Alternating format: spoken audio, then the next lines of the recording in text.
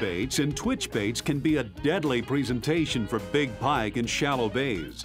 On a recent trip to God's Lake, North American fisherman editor John Storm and outdoor radio host Mike Jackson used these presentations for some great pike action. Mike, you know, two baits are working for us today, the suspending bait and the classic floating minnow bait. There is quite a bit of difference in how the two work, and a little bit depends on the fish's mood, but there are some things to consider when you're fishing these baits. How do you like to fish that floater? I like that floater twitched on top, and there's a big fish, guys. While we're talking, let me just snap that right there. I like to twitch it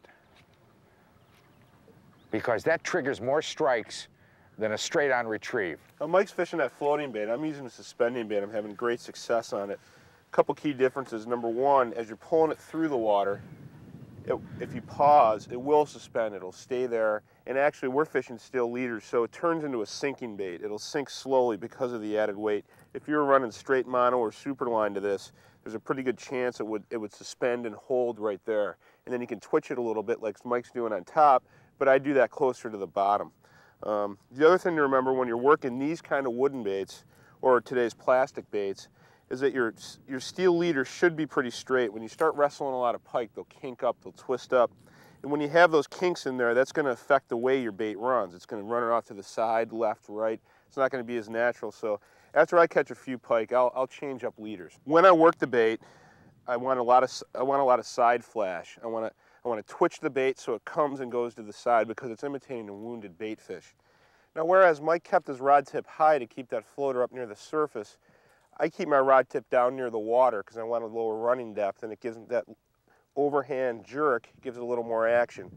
And one thing that's nice when you're working these types of baits is we're using a low stretch line, and that imparts a little more action to the bait in a quicker fashion because mono, when you're fishing standard mono all day long, it'll absorb water and stretch more. Some stretch up to 26%.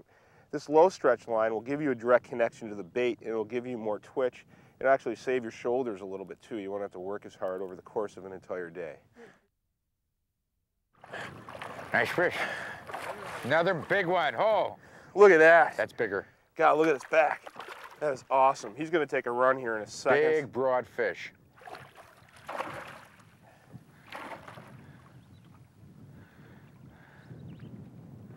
Oh. Mike, we got those barbless hooks, and I can't give him any slack. Not an inch. Anything. There he goes. Come on. The trouble with these fish is they seem calm, and then you come up to try to get them to a point where you can get the hook out, and then they take their runs.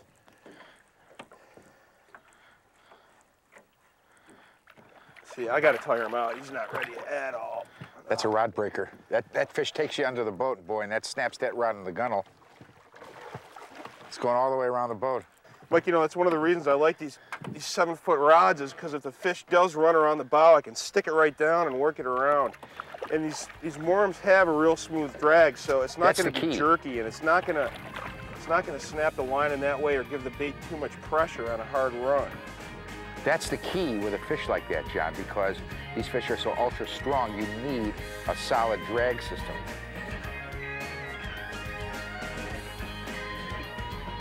Nice fish, John. Nice fish. Look at that pike. That is unbelievable. Oh, that is a huge fish. Huge. Give me some counterweight in the boat. I don't want to go on this side.